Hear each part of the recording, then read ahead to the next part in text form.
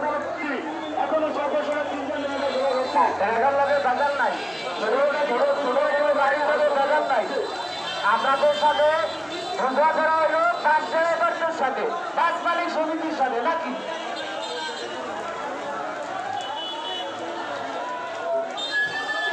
আচ্ছা, একটা কাজ করা যায় ভাই, আমরা